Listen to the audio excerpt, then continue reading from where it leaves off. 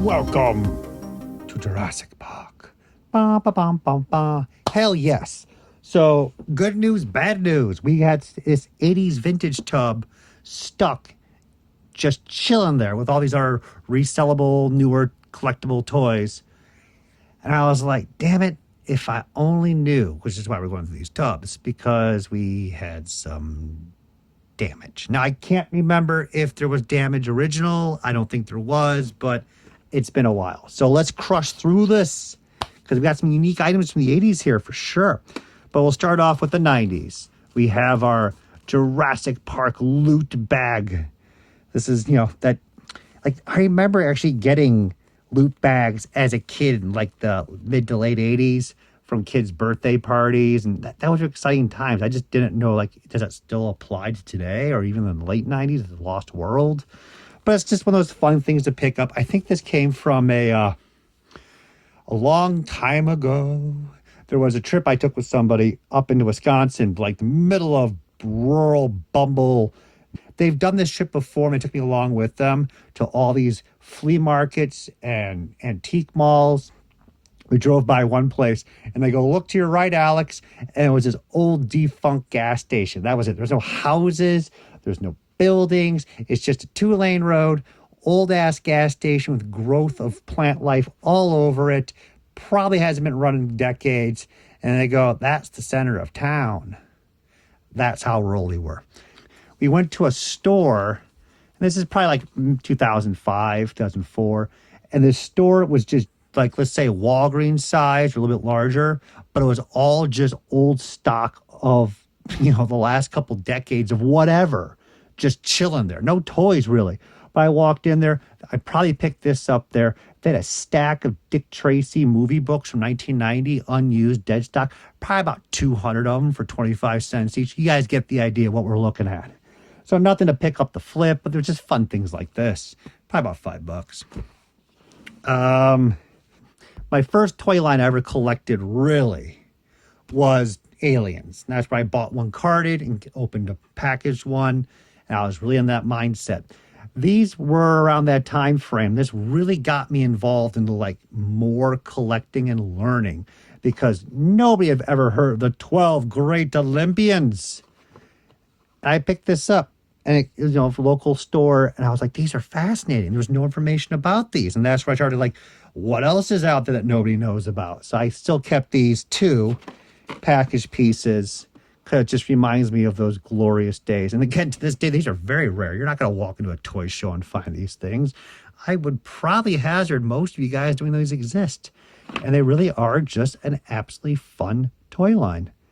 I would be shocked that they have any value these days, but I mean, it's very possible because everything is now very rare and collectible, and it's just a crazy world.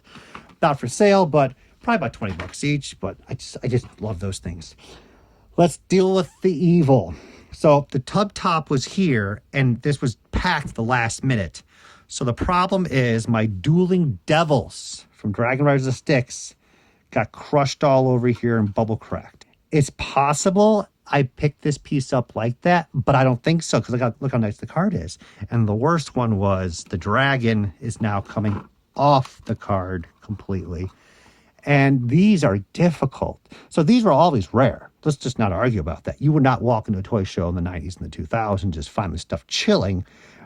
So these probably, I mean, nowadays might be a couple $100 each, but now in the condition that they're in, they're probably worth, this might just lose value. And these are collections. These are personal pieces where I was like, yes, we are keeping these. I'm so excited I bought these in the past and kept them in clean shape. And now you're like, oh no, they're not in good shape. I do have, I think, both of them carded.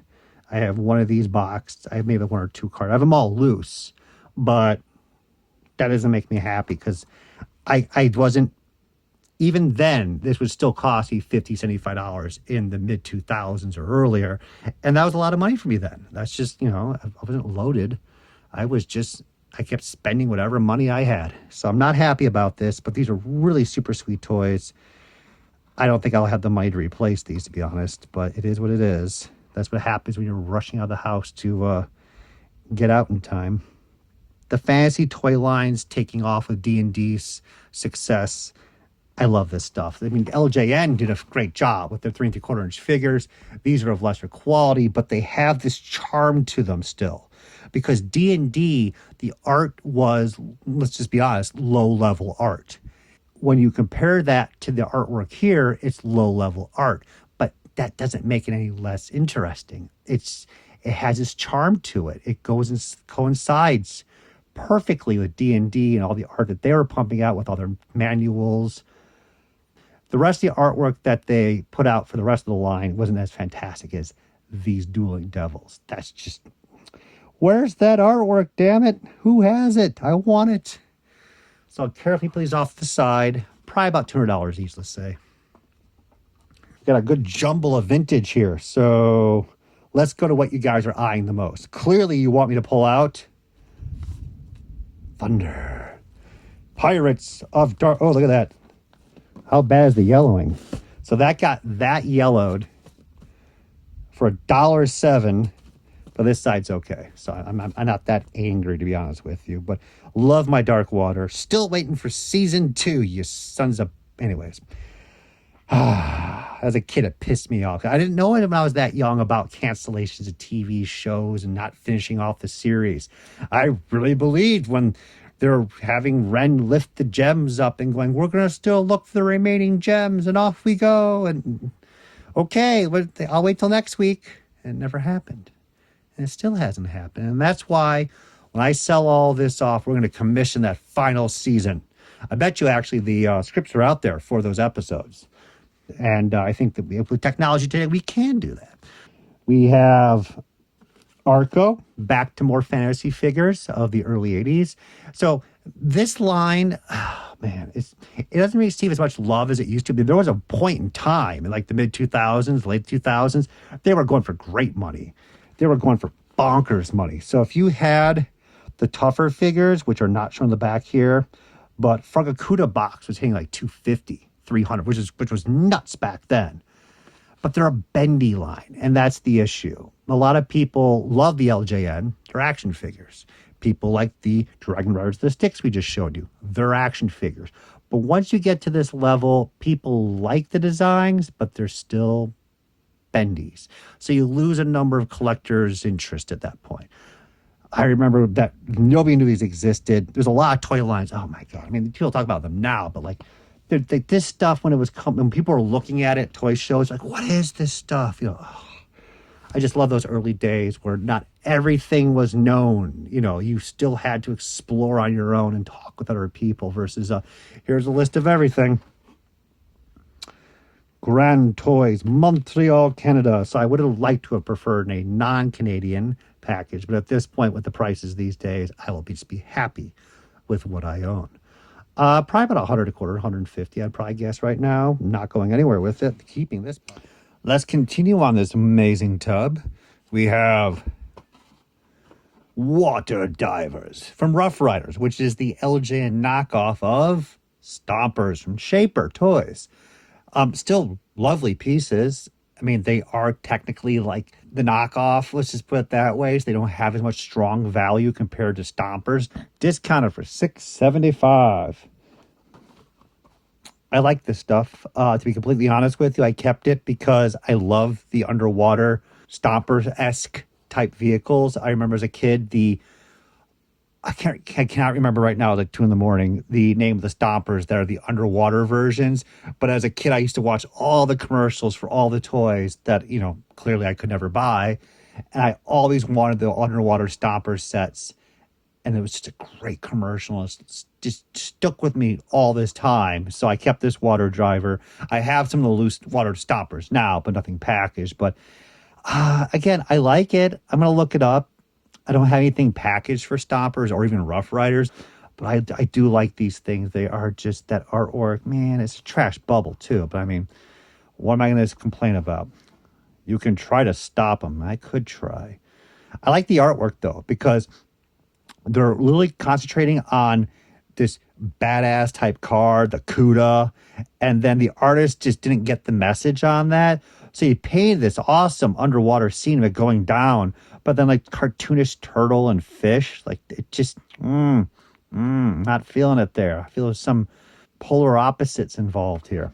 But yeah, very nice piece. We'll look it up to see if I should keep it because a loose one would be that bad. But I mean, I only have one package, one in my entire collection. I almost broke down like 2 years ago to show for like a couple $100. The guy had all these shaper aqua, not aqua, whatever underwater vehicles package, and I was so close to buying them, but I was just like, I already knew I just have too much stuff. So moving on. More childhood happiness. Revealers. Dairy Queen Kids Cone. Hell yeah. Fuck the toy. I don't want the toy anymore. I want the Dairy Kids Kid Cone. Let's see. Clip it off. Oh, it expires in 1994? Jeez. That's kind of harsh, right? You thought you're going to get some free ice cream at 2 in the morning and then nope. Just take it away from me, monsters. It's been resealed? This is weird. Revealers. What is it a watercoloring change car? I mean, I should know. I own it, right? I have no idea. I guess it's a water change color car. I'm not a car type collector, but I do like the deco colors on this thing. It is really badass, late 80s, early 90s. So we'll keep it. It's just something fun to have. Value-wise, there's nothing of value here, but yeah, I'm just kind of surprised. I mean, I didn't remember buying this at all, but it's still pretty cool. Right when I got those pink hubcaps, then I was like, that's a keeper. That's a keeper. Let's see. We got Inspector Gadget. So Inspector Gadget, the original series, when it first aired in the early 80s, you could only get these dime store novelty toy items. That's it. Like, so this is by Jack Pack, 1983. They did a gun. They did a whole, I think I like 5 or 6 different accessory packs. Just one off to my right. I'm not going to go grab it on camera though.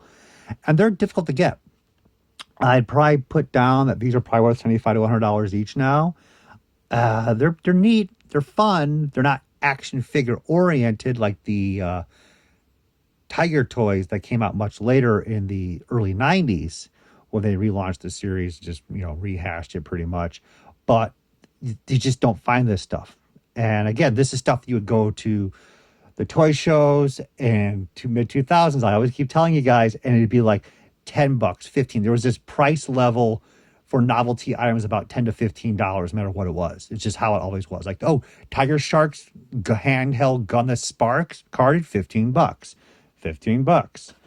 So love this stuff. I don't desperately need it, but I'm just going to keep on to the vintage stuff. Once we get all the newer toys purged out, and I only have a certain amount of tubs left and more vintage 80s and 90s, it'll be a lot easier to go through and judge at that time if I want to keep that stuff versus purging the more vintage, more difficult items to get. Les Superheroes. Just look at that artwork. Everyone's there. Early 80s. Gotta love it. Could be late 70s. I'm going to guess this is multi-print Italian. That explains everything. Superboy. Oh, Super Roy. Sorry. Yeah. So this is probably like an Italian print set. Like, I guess if I opened this thing up, you would have like little ink and stamper set and so forth. But they didn't really advertise that. They were just like balls to the wall. Here's superheroes. Here's the logo. And we're not telling you anything else what's in the product. I'm kind of curious now. To be honest with you, I never opened it. It was $20. It looked awesome. And, 1979 Marvel in the top corner. I don't know. Maybe it could be wads of $100 bills and cocaine in here for me. But it's got to be like a print set. I figured, yeah.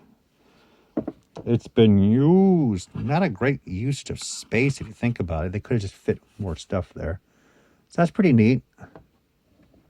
And then if you flip this over, look at this. Bum, bum, bum. More artwork. That's still pretty cool, though. I do like a lot of the more vintage, oddball, unique artwork like this. So $20, no problem. I don't think it's worth much more than that to this day. There are so much crazy novelty stuff in every country for Marvel products from the 70s and 80s that you could just focus on a continent and collect for decades and never be done. So just a little smither here and there. Very nice. We have Maniac Goofball. So you guys have called it. It is from Sheboygan, Wisconsin, Evans, 289. So again, this is not a toy I had as a child, and this is just petty. The more I talk about it now, twice in a row. Yeah, this is another toy I remember seeing as a kid in the store and never getting it. Seeing the commercials and just there I'm at Evans. They're like $3. And I'm like, well, I'll buy them all that they have and I'll just sell it off. So pretty much it's just a wonderful, neat toy. I think this was a crossover between Tonka and Bandai designed it. And it's just a little battery operated car that rolls in the ball and just zooms along, as you guys can see there. Yeah, I'm going to be very surprised. It should say Bandai somewhere or something of that sort, but it's not. There's no way Tonka came up with this on their own. But again, it's just a fun item like that one car we had there. It's probably worth about 10 to 15 bucks. Only a few people remember. It's not action figure oriented, but I just like this stuff. It's that pure novelty, fun 80s stuff that just, again, you don't find that at a toy show. Coming back. We got the magic of crystal meth. He's got his big caster. He's got to shake it just enough and let out the pressure from. Okay, well, anyways. No, I got that all from the detective shows. You know that. So this is one of the 3 sets, the larger sets from Crystar. Oh, gosh. I mean, I'm happy to have one. It was just me being stupid. They had found cases of these like 10 years ago for 75 bucks each card. And I was like, they'll be everywhere. So I just bought one. And that was it looks like. Still very happy to have it. Crystar, I had a couple as a kid. And I wish I picked up more of that line. I still don't have the castle. In fact, I'd like just have a loose collection. I don't have anything really substantial for package. So it's nice to pull this piece out. They're all getting a little tinted bubble, but Remco, you know, they did their best to put their hat in the ring and make a 3 3/4 inch line. But the whole thing comes down to the accessories are great. The concept is great. They focused a lot on Crystar and the paint job and the artwork. Wow. The figures were just, they weren't painted really that well. The bad guys didn't look as badass as they should have. Zardeth. See, the Mega Man and Moltar look fine. When you got the Ogeode, Feldspar, it's just Zardeth. It just, you know, you want more villainous versus classic 1930s Flash Gordon Ming villains. That's why I lost interest. The dragons were, of course, badass. Any character that was technically crystallized was decent. But again, like, there's something I have to put my mind to a little bit more about why this line failed. Because it had a lot of potential, but it did die off. And was it the comic? Lack of cartoon? You know, it's one of those things, man. But kids would like to have a little mini comic, as you guys would prefer, versus like He-Man had. But anyways, backtracking, I'm still very happy to have one of these. I hope I find more of these later on, but probably about 100 a quarter, 150 now. Whoa, this video is going on for quite some time, but we are talking about vintage. We are back to Arco. So here we are with Camaro. Motorized, roaring sound. You know what? Seriously, that is a stretch. Those things never even worked. If you pull this puppy out, there's these 2 little black wheels underneath there, and they just never worked. You know what did work? The Gnarlies from Rock Lords. That was badass, and that came out like 3 years after this. This thing never even rolls anymore to this date. It's just, they just die. But anyways, I'm just ranting too much. We have a package still up, box open. Not going to cry about it. Camaro. Again, I probably paid about $15 for it all those years ago. More powerful than anything known to man. Can he be destroyed? Can he protect the gyps? That's some pretty powerful writing there. And like, again, it's a wonderful line. It's bendies, and that's the problem. I love the back. I love all the art, all the characters being lined up. It's so early 80s. I just, again, lay the groundwork. Lay out more writing. Lay out it to be a little bit more stronger. Like He-Man rolled it out pretty well. This just looks like they just finished it off at the end of the day and called it. I do love the line. This is probably worth about 100 a quarter probably right now. It's again, it's a line that people do like, but there's not enough cult following behind. I think that phased out about 10 years ago, as I mentioned earlier. But I still love them. I wish I bought more of this stuff. But as I said, like, and I started realizing what was rare and unique. And I would start putting my money to the rare and unique things, thinking I'd be able to go back and pick up the production stuff. But then there was just more unique, rare stuff to pick up. And all my money went to pre-production, prototypes, artwork, and rare toys. And these uncommon production or common production stuff of the 80s, I didn't pick up much of it.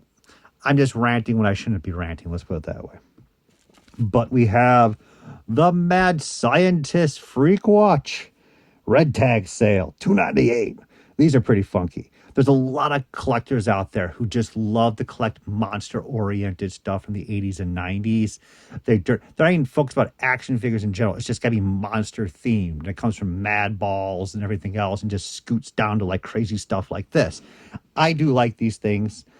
Again, fun novelty stuff like this. You just can't say no to it, let alone freaking out your friends.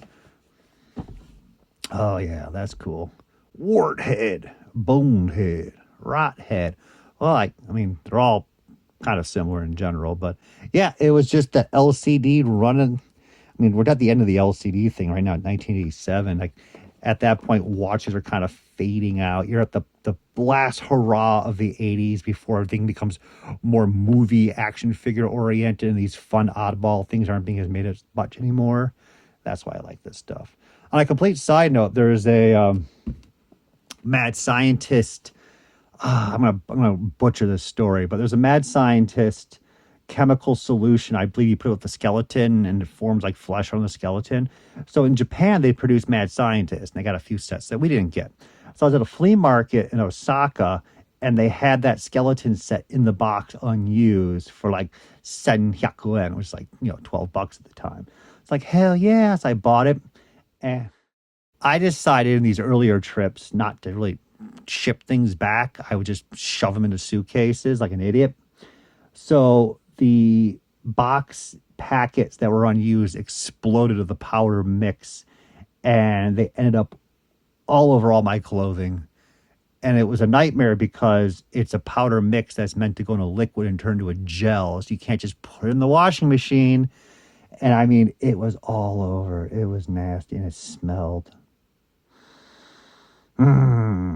Anyways, I don't think these have too much value these days, but it's not going anywhere because I'm keeping all my 80s stuff. Hell yeah. Godzooks, damn right. Probably about 30, 35. I don't think anyone's paying buku dollars because it's a watch. They want the figure oriented. They want the statue oriented. But once you start traversing into like the novelty, we have the Defenders of the Earth. No, Defender. So what makes this kooky vehicle bootleg awesomeness shine? Do you see who's driving it at the top there? Do you see? It's a TIE fighter pilot. Hell yeah. So they bootlegged a TIE fighter pilot to pilot their vehicle, painted up a little bit cooler. Actually, I will say honestly, the red stripes and the gold visor, it works. 3 different vehicles were made. They are pretty darn uncommon, to be honest with you. Nobody really pays money for them, but I don't think a lot of the bootleg Star Wars people are aware of these bootlegs. But they're just fun to have. And they run about, I think, $35, $40 boxed, but that could be an older price, and maybe they are aware of the market now. I think they came in silver or gold. Hell yeah. And it was a whopping $2 for me in the past, because obviously I'm a cheap bastard. Very cool piece, though. I like this stuff. This is just the fun stuff. This is like where the heart is. And now we are off to the greatest toy line that nobody knows about. Okay, I wouldn't go that far. We have Golden Girl. No, we actually have Golden Girl, too. Do you know why she's called? Anyways, we're not going to get into that. So, it looks like it came from Evans. I took off some of the magic marker. When it comes to magic marker, it depends on how laminated the package is. The more lamination, the easier it is to get it off. But this one's like a mid-tier lamination, so you can only get a portion of it off. But what you need to understand is they had plans for Golden Girl. So you see all this assortment of accessories and figures. Normally a toy line doesn't start off this hardcore unless it's backed up with something. And yes, it was to be backed up with an animated TV show. And the entire animated series just fell through. So only the toy line pretty much survived. And if you look at some of the products that they did make of like the color forms, the coloring books, they show the animated style on those. It's just so sad. That artwork, that is some killer artwork. I love the line. I love how they kept it to a pure fantasy, like the early He-Man. Everything was just about armor, Conan He-Man style. What else do we got? We got the Dragon Queen for a whopping $8. No problem there. I hope I have one of the guys. I hope I have Ogre. Ogre's the shiznit. Ruby. That $250 up there. Nope, $1.99. So I couldn't get the rest of the magic marker off. But Ruby's pretty cool. The heads are in good shape too. They, at times, like a lot of the Mego dolls had the vampirization where the head turns like lack of blood in their head. They turn more white. Sometimes that happens to the Golden Girl figures, but not this time. So that's pretty good. Again, I have far too much Golden Girl stuff. I have actually, in the early days when I talked to a Galoob employee, he had all the hand-painted hard copies of the figures from Toy Fair. I picked all of those up. Conceptual artwork. Oh, it was great. Onyx, a little bit tougher figure. But faded on the back, though. That's not good. But still, I'm pretty happy to have 4 of these. And again, the market's not strong. There's nobody going bananas for Golden Girl and the Guardians of the Gemstones. Yeah, when the live action movie comes out, these will definitely not increase in price. If you guys ever knew that, whenever a property is taken and turned into a movie, the vintage stuff never goes up in value. Everyone assumes it'll go up in value. It's like, nope, nope, nope. The only time that ever works is for like Marvel Comics, DC Comics, and they bring out like, you know, Groot or Rocket. And everyone's like, oh my God, get that Hulk comic. It's going to be worth money. That's speculation. But in general, like Lord of the Rings toys from the Knickerbocker series didn't skyrocket in price because Lord of the Rings movies came out. So anyways, lovely line. I wish more people collected about it. But again, the artwork is stellar, but we're going back to what we were saying earlier, there's no unique artwork. It's always just Golden Girl. All the packages are the same, just the presentation of the figure is different, which is better than nothing. And the back, they just have the little image there that's different, which means, crazy as it is, they printed a unique box for each character on the back. But they wouldn't do it for the front, which I think may have helped sales a bit more. As well as we were just discussing with Crystar, where's the story? Which again, you can't blame them on this one because they thought the animated series would be coming out, which would bolster the sales heavily. And as we said, everything fell through. So this video has been too long. I'm not going to rant too much more, but so thank you very much for watching. And we're going to hit up some more vintage stuff later on. We just got to keep chewing through them. I'm pulling them down at random and let's see what we got.